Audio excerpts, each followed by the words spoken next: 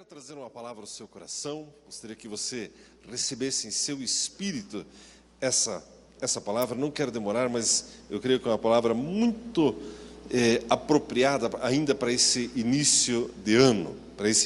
Você que está com a sua Bíblia, por gentileza, abre em Mateus no capítulo 7 e deixa ali um dedinho ali no versículo 24.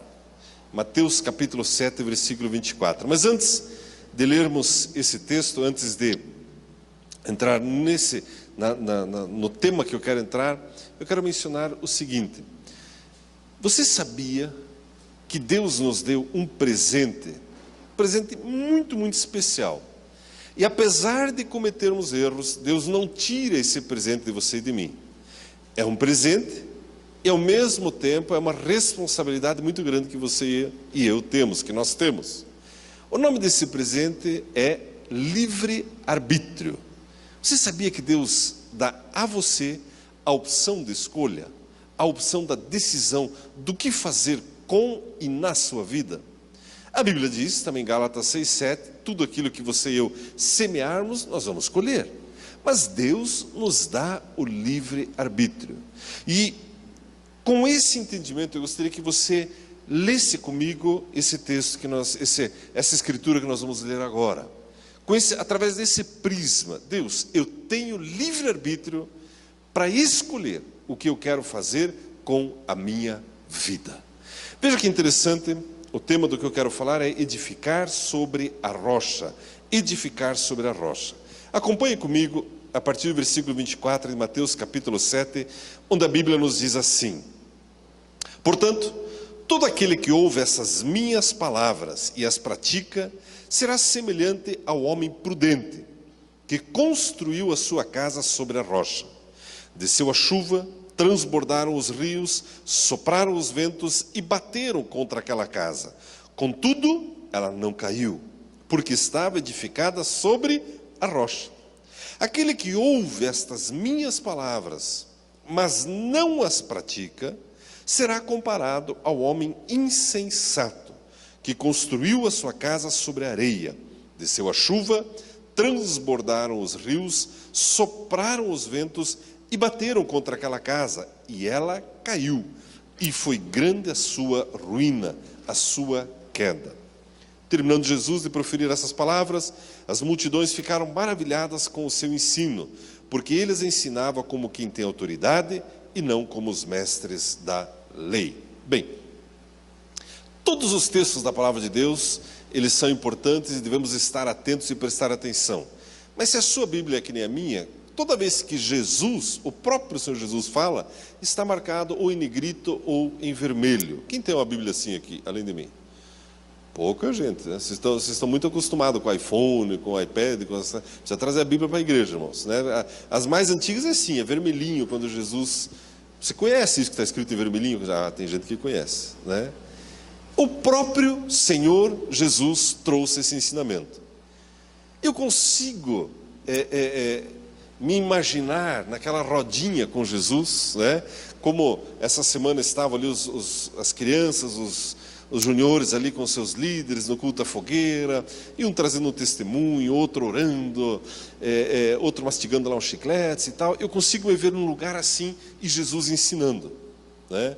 Aliás, fazendo um parênteses aqui, eu estava comentando que os menorzinhos, né? Foi muita atividade, amados. Era, olha, brincadeira antes, durante e após as refeições. Era um negócio assim, o dia inteiro. Era lá por acho que 11 horas da noite, já no culto da fogueira, e estava orando, e uns estavam ali e tal, não sei o quê. Mas tinha os menorzinhos assim, parecia que estavam assim embriagados, estavam assim, sabe? Batendo no outro. Eu falei, tá tudo bem, estou com sono, tio. Se espera um pouco, eu não aguento. Mas enfim, foi só um momento ali que foi muito, muito bom. Então, criança é honesta, né? Se alguém chegasse para um adulto, está tudo bem com você? Não, estou recebendo no Espírito. Está nada, está com sono, né? Está com sono. Aí eu brinquei com os líderes, né? Eles já estavam cansados, assim. Falei, pessoal, depois que encerrar aqui, tá meia-noite, eu gostaria de reunir a liderança. Lá no monte vai ter vigília. Uns me olharam assim, tá, não, claro, vigília, né? Aí os outros já, tá louco, eu não aguento, né? Tá certo, né? Seja honesto, fala o que você está sentindo. A vigília meia-noite, né, Gerson? Eu não aguento, pastor. E Nesse texto, Jesus, ele traz um ensinamento, e que dependendo como você e eu aplicarmos isso à nossa vida, nós teremos uma vida exitosa, uma vida abundante, uma vida gloriosa. Veja o que diz a palavra de Deus no versículo 25. Desceu a chuva, transbordaram os rios, e sopraram os ventos e bateram contra aquela casa. Deixa eu trazer uma notícia para você na minha introdução aqui ainda. Talvez você não goste muito de ouvir isso, mas você sabia que você vai enfrentar dificuldades esse ano 2015? Está amarrado, pastor. Não está amarrado, está escrito aqui, né? Você não enfrentou umas lutas em 2014, 2013, 2012? Amados, a Bíblia, esse aspecto da Bíblia é tremendo. Ela é honesta com você e comigo. Ela é honesta com você e comigo. Não serão só flores e rendas esse ano de 2015. E o próprio Senhor Jesus, ele descreve o tipo de pancadas que virão contra a sua casa. Esse texto, ele aplica-se a nós cristãos. Esse texto, ele fala do homem prudente, do homem insensato, mas antes de falar isso, eu quero destacar o tipo de lutas que você e eu enfrentaremos esse ano. Aliás, sofremos algumas derrotas em anos anteriores por ignorarmos o tipo de lutas que enfrentamos. Eu estava ouvindo uma música no rádio hoje de manhã, né, indo para casa. Eu até mudei de estação, a música crente assim, mas fora do tempo. Deus termina a minha prova, Deus não sei o quê, Deus me livra disso. Mas ele está escrito aqui as lutas que virão. E ele diz como sair delas. Sabe quais são as lutas que você e eu vamos enfrentar em 2015? Na minha sogra. Não. Essa é uma bênção na sua vida. Quais são as lutas que nós vamos enfrentar em 2015? São 3 tipos de lutas que vêm contra nós. Então, o primeiro ponto que eu quero falar, as dificuldades, as lutas que vêm contra a nossa vida. A Bíblia fala sobre 3 lutas: chuva, rios e ventos. O primeiro delas, a Bíblia diz no versículo 25, desceu a chuva e bateu naquela casa. Note que o texto não diz que desceu a chuva e regou aquela casa. Isso é um tipo de chuva diferente. É tipo de tempestade que se levanta. Amados, a chuva vem da onde? A chuva vem do céu. O que está no céu? O mundo espiritual. Jesus está nos alertando que o seu espírito será atacado. Hostes do inferno virão contra você com um único propósito: interromper a sua comunhão com Deus. Mas é tão interessante nós vermos que essa é uma luta que ela é pela vida toda. Lembre-se do que eu falei no começo sobre o poder de decisão que você tem. Não é você que decide quanto você quer ler a Bíblia, quanto você quer orar. Saiba que vem chuvas contra a sua casa, querendo desestimular você de ler a Bíblia, de orar. Aliás, se você olhar esse tempo de recesso que você teve, foi para a praia, foi para a fazenda, foi para Nova York, foi para a Lua, foi para não sei aonde você foi. Algum lugar bacana você foi. Quanto você leu a sua Bíblia? Quanto tempo você gastou orando? Saiba que são ventos espirituais que vêm para diminuir a sua confiança em Deus. Você vem edificando a sua fé, se expondo à palavra de Deus, você vem crescendo em fé, e você está se preparando para o seu milagre, e muitos recebem milagres à sua volta, você já começou a receber alguns, mas essa chuva, ela vem para esfriar a sua fé. E o diabo usa pessoas também, para desanimar. Não é bem assim, não vai dar certo, acho que não esqueça. Chuvas que vêm contra a sua casa. Amados, são chuvas dessas hostes malignas que vêm para estragar aquilo que você já edificou com Deus. Você já percebeu que tem crente que se desvia? Quando você vai evangelizar alguém, normalmente se encontra assim, né? Olha, eu sou, o que você é? Espírita. Tá bom. E você? Católico não praticante. Tá, e você? Crente não praticante. É uma nova classe. Como é possível um cristão, imagine você desviado, você consegue imaginar isso, não? Insuportável seria, na verdade. O crente desviado é insuportável. Agora, como que um crente se desvia? porque a sua casa não estava firmada sobre a rocha, bateu a chuva, as hostes malignas, e ele começa a ser questionado na sua fé, na sua dependência de Deus, e devagarzinho, devagarzinho, devagarzinho, a comunhão com Deus vai embora. O que tem de crente magoado por aí, e o pior, magoado com Deus, estou de mal com Deus. Já viu isso ou não? Está lá, o ex-pastor no bar, lá enchendo a cara, o que você está fazendo? Estou de mal com Deus. Mas que de mal com Deus? Fique de mal com o diabo, mas não com Deus. São ventos que vêm, e amados, e a fúria do diabo contra a sua vida é inimaginável. E ele tem um propósito: interromper a sua comunhão com Deus. Eu gosto de usar uma ilustração nas aulas de batalha espiritual, no retiro de integração. Algumas pessoas perguntam: pastor, por que o diabo me odeia tanto? Eu não fiz nada para ele. Aliás, eu nem estava aqui quando ele apareceu. É uma boa pergunta, não é verdade? Amados, o diabo, ele tinha acesso à presença de Deus. Tudo que você e eu já desfrutamos hoje, vamos desfrutar por toda a eternidade, o diabo já tinha. E ele perdeu isso, ele se rebelou contra Deus e não tem volta para ele, nunca mais. Nunca mais. Ele já está condenado. Você ouviu algum pastor falando que um dia Deus vai perdoar o diabo? Isso é conversa mole, isso não existe. É só ir lá abraçar o diabo e ir embora com ele, porque isso não existe. Não tem volta. E aí surge você, cheio de defeito, faz um pecadinho aqui, um pecadão ali, um pecado aqui, e não há de ver que Jesus perdoa você, e você tem acesso a Deus, e o diabo olha para você e diz: não é possível, esse vermezinho pecador vai ter acesso a tudo que eu tinha? E eu não tenho mais? Não. Aí você começa a entender por que ele te odeia. E quando ele toca em você, é como se ele desse um soco em Deus, porque você é a menina dos olhos de Deus. Então a única maneira do diabo atacar Deus é tocando em você.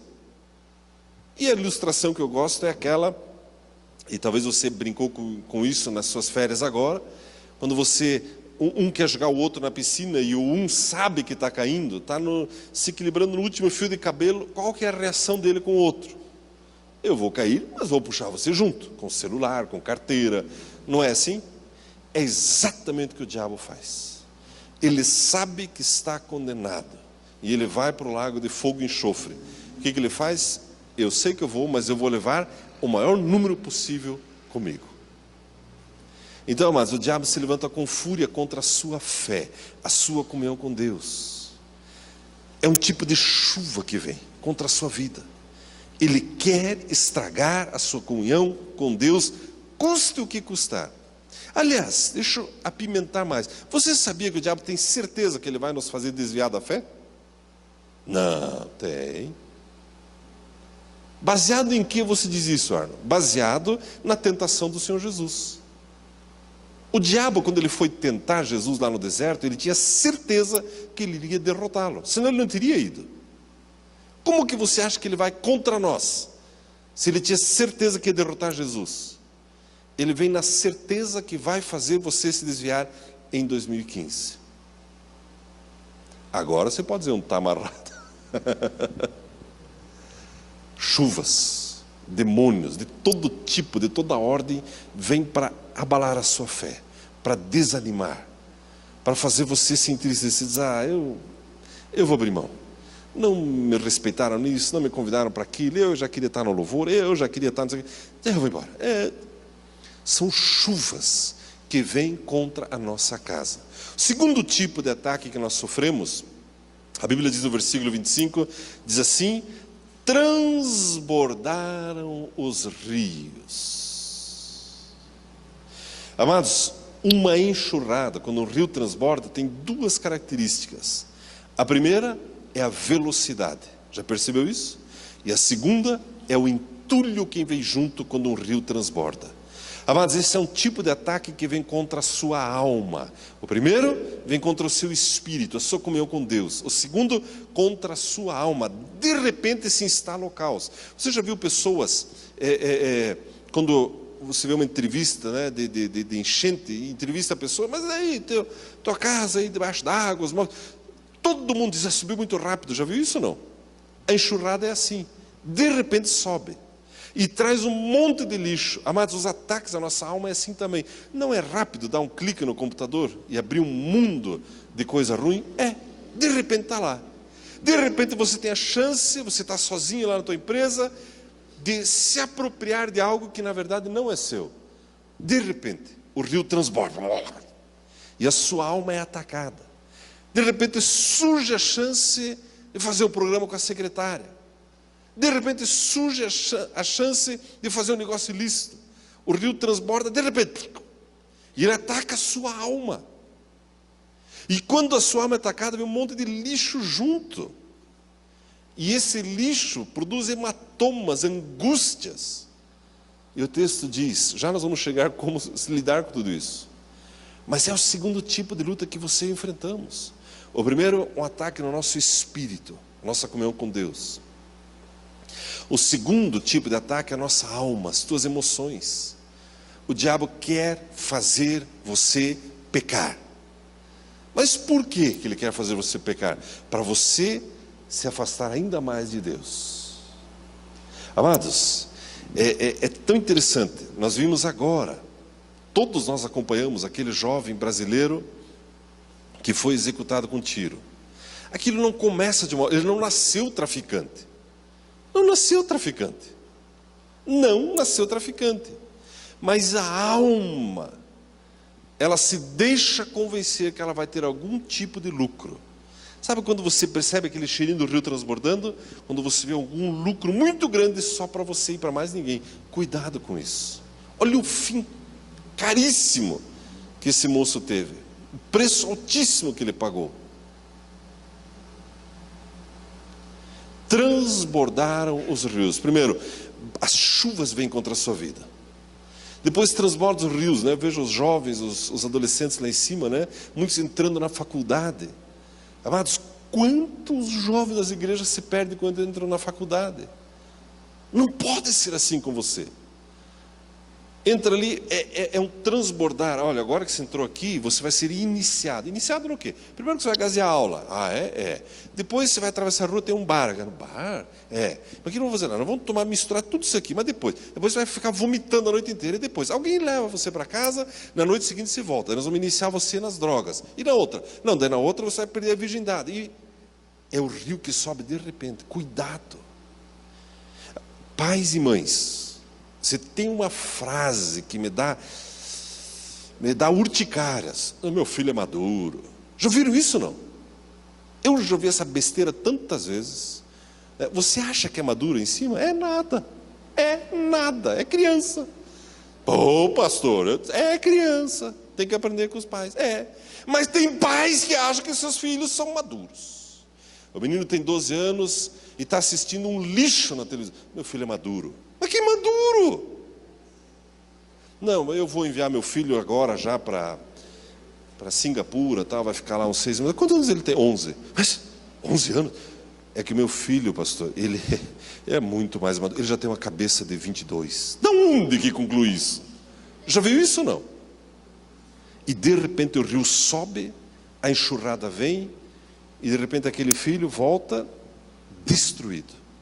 Nada contra enviar o seu filho para viajar. Aliás, oramos, abençoamos, mas na idade certa. Na idade certa. Nem no quartel pega o teu filho com 11 anos. Porque não é maduro. Não é verdade? É verdade. Mas eu amo vocês também. Espero que vocês continuem me amando. Mas ouça o pai e a mãe. Essa é a segurança. Mãe, está me convidando para não sei o quê. Não vá, obedeça teu pai e tua mãe. Obedeça o pai e a mãe. Mãe, mas eles só querem fazer uma tatuagem aqui de 1,5 metro de um lado. Não faça, obedeça o pai e a mãe. Amém, amados? Desceu a chuva, os ataques no espírito, transbordar os rios, ataques na alma, o diabo quer fazer você pecar. E o terceiro tipo de lutas, sopraram os ventos. De novo, não é uma brisa fresca que o texto está falando. Está falando de ventos. Aliás, essa semana, até para ilustrar minha mensagem, acho que Deus permitiu, estava jantando com os amigos, estava um calor e mosquito e calor. Aí alguém resolveu ligar o ventilador, mas puseram a 30 centímetros da minha orelha, no máximo. Os primeiros 5 minutos você acha uma delícia, né? Todos os mosquitos vão embora, seca o suor. Mas fica ali 15 minutos que ele trouxe na tua orelha. Começa a correr o nariz, daqui a pouco já está dentro da garganta, já quer um cachecol, já não sei o quê. Amados, esse tipo de vento aqui está falando dos relacionamentos das pessoas. São estratégias que o diabo usa para destruir a sua vida. Não tem relacionamentos que são pesados? Aquele chefe que não para de incomodar, aquele cunhado, não sei o quê, e tu na tua orelha, ou a mulher rixosa, tu na tua orelha ali, aquele vento e tal. Você prefere o mosquito do que tu, ou aquele parente, aquele negócio e tal. Saiba que alguém vai te incomodar esse ano. Ou o vizinho, que liga o som no máximo, pá, tic-tuc, tic-tuc, tic-tuc, não sei o que lá. Noite inteira aquele negócio. Tchá! A Bíblia diz que vem esses 3 tipos de luta contra nós. O ataque no seu espírito, na sua comunhão com Deus, na sua alma querendo fazer você pecar, e um ataque querendo fazer você explodir de ira com as pessoas à sua volta. E Jesus diz, esses ataques virão e vão bater contra a sua casa. Tum, tum, tum, e vão bater. Tum, tá, e chuva, e vento, e rio, entulho. Não, mas e agora? O que a gente faz? A gente se abraça e sai correndo? O que faz? Esse é o tipo de dificuldade que vamos enfrentar. E agora, eu quero descrever aquele que edifica sua casa sobre a areia. Jesus disse, no versículo 26, ele diz assim, aquele que ouve essas minhas palavras, mas não as pratica, será comparado ao homem insensato, que construiu a sua casa sobre a areia. Desceu a chuva, transbordaram os rios, sopraram os ventos, e bateram contra aquela casa, e ela caiu, e foi grande a sua queda. Amado, está falando para crente. Você usa o seu livre-arbítrio para decidir aonde e como você quer edificar a sua casa. Aliás, a casa própria não é uma das coisas mais almejadas pelas pessoas. Aliás, até oramos pelos irmãos da igreja para que cada um tenha a sua casa própria. Não é? É uma conquista nobre. É algo maravilhoso, né? Precisa só cuidar para não idolatrar. Depois o irmão fica limpando aquele negócio, limpa e limpa de novo, e limpa mais uma vez, e cera canário, e que boa não sei aonde, e mas não sei o que mais passa. Fala um negócio antigo aí, Wilson. Aliás, nós vimos enceradeira, né? Aliás, nós vimos no Facebook, escovão, vimos no Facebook que vocês fizeram 40 anos de casamento, né? Parabéns. Eu estava reparando, Wilson, a tua sobrancelha já era grande na época, né? Rapaz. Saúde, né? Imagine quantas vezes você limpou aquela casa. Não é impressionante? Escovão e não sei o que, não sei o que. Casa é algo importante. Não está falando só da casa física. Está falando da sua família, está falando da sua própria vida. Está falando da nossa vida. E Jesus diz que tem um homem que é insensato. Mesmo ouvindo a palavra de Deus, ele decide construir sobre a areia. Amado, você sabia que a areia é fragmento de rocha? Areia, se você olhar no dicionário, fragmento de rocha. Ou seja, não é mais o original. A areia, amados, tem algumas características, algumas marcas. Uma delas, ela é tremendamente instável. Tremendamente instável. O pastor Djalma, que esteve conosco muitos anos no ministério ali em Curitiba, ele é do Rio de Janeiro. E quando ele veio para cá, nos anos 90, ele tinha recém comprado um apartamento num edifício enorme lá, de uns 30 e todos andares lá. E ele estava reformando e tal. E lembra daquele sujeito, já morreu. Agora, como é que... O nome... Um deputado que construiu lá, que desabou o prédio lá. Nagy Narras? Não era esse, era o outro. Esse aí, Sérgio Naia. Era o construtor do prédio. E o Djalma comprou o apartamento do cara lá. E o Djalma está reformando e preparando para mudar. E ele estava aqui em Curitiba, ele veio na televisão, desabou o prédio. Desabou o prédio. Morreu até gente lá, mas ele não estava lá, né? Enfim... Aí foi indenizado e tudo mais e tal. Aí foram fazer uns laudos e tal, não sei o que, não sei o que, não sei o que. Você sabe qual foi uma das razões da queda daquele negócio lá? O tipo da areia. Os espertos lá usaram areia da praia, acharam umas conchinhas na areia e não sei o que. Areia, amados, é uma coisa muito frágil. É interessante que Jesus diz que o homem insensato, ele constrói sobre a areia. Ah, não, mas qual é o crente que vai querer construir sobre a areia? Porque Jesus diz que virão essas lutas, e essas lutas vão derrubar a casa do sujeito. É aquele que ouve a palavra de Deus e não pratica. Você sabia que a maturidade de um crente é medida não pelo tanto que ele ouve, e sim pelo tanto que ele pratica a palavra de Deus? Vou dar um exemplo. Hoje à noite já foi falado aqui sobre dízimos e ofertas. E ainda tem crente que edifica a sua parede, essa parede do dízimos e ofertas, sobre areia. Não, eu não vou dar dinheiro para pastor, não sei o quê. Não é dinheiro para pastor, é para você. Não adianta ouvir e não praticar. Por exemplo, tem a colônia de férias. Nem todos podem enviar seus filhos e a gente entende. Mas você pode. Como que você ouve e não pratica aquilo que está sendo ensinado? E assim vai. Tantos textos bíblicos. Edificar sobre areia, amados, é o tipo do perfil da pessoa que se acha muito esperta. Não, o pastor está falando lá, mas eu, na verdade, eu sei, é para os fracos de mente, né? Para esses é bom essa palavra, mas eu... Já viu esse tipo de frase, não? Voltando àquele rapaz que foi executado com um tiro, eu vi e lamentamos tremendamente isso. Mas eu vi uma reportagem no jornalista que ficou 4 dias com ele recentemente, não sei quantos leram isso. E na reportagem, de acordo com esse jornalista, esse moço que foi executado, ele contou vantagem da vida dele. Não, eu sou assim mesmo. A vida inteira eu fui traficante. Eu nunca paguei imposto de renda. Eu nunca tive conta bancária. Eu viajei, eu fumei, eu cheirei tudo e todas. E acho que nem vai me acontecer nada, não. Eu vou dar um jeito aqui. É a construção sobre areia. Construir sobre areia, amados, é construir em cima de valores passageiros e não valores eternos. Cuidado aonde você está edificando a sua confiança.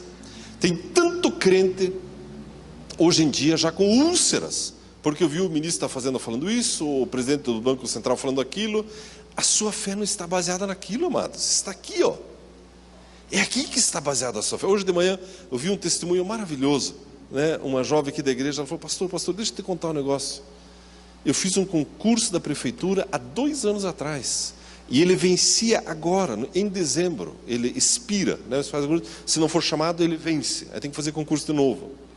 E eu orando e buscando, e o Senhor sempre falava: olha, o ano não acabou, e foi chegando dezembro, 5 de dezembro, 10 de dezembro, 15 de dezembro, 20 de dezembro. Pois o senhor não sabe, pastor, o quê? 23 de dezembro, na antevéspera do Natal, me chamaram. E ainda vou dar aula aqui pertinho. É maravilhoso. Mas por quê? São pessoas que ouvem a palavra e praticam. Como assim? Eu oro com fé, esperando receber. Amém, amados? A Bíblia diz: aquele que ouve e não pratica é comparado ao homem insensato que construiu a sua casa sobre a areia. É interessante, amados, construir sobre a areia. Quando esses ventos batem, a Bíblia diz que a ruína é muito grande. Você brincou na praia agora esses dias, fez aqueles castelinhos de areia, né, as suas estalagmites ali, as suas esculturas, achou lindo, maravilhoso, fotografou, colocou no Facebook, achou que ia para casa a cor, aquela tua decoração e não sei o quê, tudo já foi embora. Não é assim? É assim. Assim é o homem que edifica sobre a areia. Esse ano é ano de decidir edificar a sua casa sobre a rocha, sobre a palavra de Deus. Jesus disse, terceiro ponto que eu quero destacar com você, edificando sobre a rocha. A rocha, amados, é um local de segurança, é um local de proteção. A rocha, na verdade, é o próprio Senhor Jesus.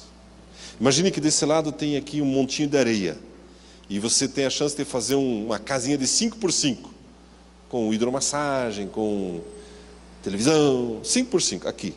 E desse lado tem uma rocha. E aí você, vou fazer aqui, pega uma enxada, em meia hora você tirou um capim dali, um matinho, e está pronto para construir, não é verdade? Porque a areia é assim, a areia não tem personalidade, a areia não é... Areia é areia. Agora experimente construir a sua casa sobre a rocha. Você já reparou que desde que você é criança, que você vai na praia, aquela pedra está no mesmo lugar na praia, ela delionda naquela pedra, e delionda, e está lá? Já reparou isso ou não? Então, mas não há de vir, porque mesmo se tem foto, pode fazer até aquele antes e depois, né? Você pequenininho lá, né? Com um maiô amarelinho, de bolinha vermelha, está lá pequenininho, e agora está lá adulta, na mesma pedra. Porque a pedra, amados, tipifica o próprio Senhor Jesus. Ele é imutável. E você decide construir a sua vida sobre a rocha. Esqueça querer fazer aplanar a rocha. Não é a pedra que se adapta a você, é você que se adapta à pedra. Mas é isso que Jesus está falando. Construir sobre a areia, o diabo facilita tudo na sua vida para você pecar. Tudo. Construir sobre a areia. Construir sobre a rocha nem sempre é gostoso. Eu vi outro dia uma reportagem de um pessoal achando umas pedras verdes, eu não sei se era esmeralda, né? E lá não sei aonde, num lugar frio, longe, tudo que é bicho difícil, não sei o que, não sei o que. Bom, e os caras lá examinando e acharam a tal da pedra. Para tirar um pedacinho desse, é uma motosserra do tamanho do dia inteiro, mas não sei o que, e é uma dificuldade para tirar um pedacinho de nada. Amados, Jesus diz: aquele que ouve e pratica as minhas palavras, esse é semelhante ao que edifica sobre a rocha. Nem sempre é gostoso e agradável praticar as palavras do Senhor Jesus. Envolve algum esforço, envolve expor-se, envolve humilhar-se, mas a Bíblia diz que aquele que ouve e pratica a palavra de Deus, esses ventos vêm contra a sua vida e a casa permanece inabalável. Você passa por 2015 e chega no fim do ano, o pessoal olha, mas olha só, a casa dele está em pé, o casamento está em pé, os filhos estão em pé, a empresa está em pé, o emprego está em pé, as finanças estão em pé, está tudo em pé, o ministério está crescendo, tudo em pé, porque decidiu ouvir e praticar a palavra de Deus. Nesse ano 2015, nós queremos trazer bastante ensinamento da palavra de Deus para a sua vida. Os seus líderes no teu grupo familiar também. Ouça e pratique. Ouça e pratique. Mas eu não queria bem fazer isso. Pratique. Pratique. Mas dízimo não vou fazer. Pratique. Mas não pode ser oitimo. Não, é dízimo. Unzimo. Não, é dízimo. Pratique. Edifique a sua casa sobre a rocha. Esse ano eu vou cutucar você bastante para você evangelizar. Você vai ganhar almas para Jesus. Amados, isso é coisa de homem sábio e prudente. Ouvir a palavra e praticar. Eu estava falando para as crianças. Quando Jesus chamou, me siga e você será um ganhador de almas. Eu contei para vocês a ilustração da rede? Contei agora à noite? Tem certeza? Tá bom, eu acredito. Eu creio, né?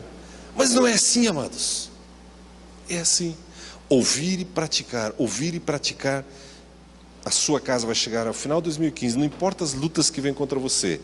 E você vai chegar inteiro do outro lado. Toca o telefone. Olha, o familiar está no hospital. A minha casa está firmada sobre a rocha. Eu sei as promessas que eu tenho. Eu sei o Deus que me guarda. A minha casa está firmada sobre a rocha. Olha, ligaram aqui da empresa, estão demitindo todo mundo. A minha casa está firmada sobre a rocha. Olha, mas agora a inflação não sei o que. A minha casa está firmada sobre a rocha. Não, mas agora fecharam a faculdade. A minha casa está firmada sobre a rocha. Eu sou ouvinte e praticante da palavra de Deus. E o texto diz, amados, que com todas as intempéries, batendo contra aquela casa, ela permanece inabalável. Inabalável. E assim eu creio que é a sua casa, a sua vida. Você não é o crente que vai se desviar. Você não é aquele que constrói sobre areia. Você é daquele que mergulha na palavra de Deus e constrói a sua vida, a sua casa sobre a rocha. Amém, amados? Quero convidá-la a ficar em pé, por gentileza. Louvado seja Deus. Eu gostaria de orar com você nesta hora. Graças a Deus. Pai Celestial, muito obrigado pelo privilégio de edificarmos a nossa casa, a nossa vida, a nossa família sobre a rocha, que é o próprio Senhor Jesus. Pai, e declaro que aqui se levanta um povo sábio, prudente, que cada parede da sua casa é edificada sobre a rocha. Somos ouvintes, mas também praticantes, ó Deus, da Tua palavra. Pai, não importa os ventos, não importa as chuvas, não importa os rios, permanecemos inabaláveis. E vamos atravessar esse ano, ó Deus, com alegria, vendo e contemplando a vitória do Senhor e a derrota do nosso inimigo.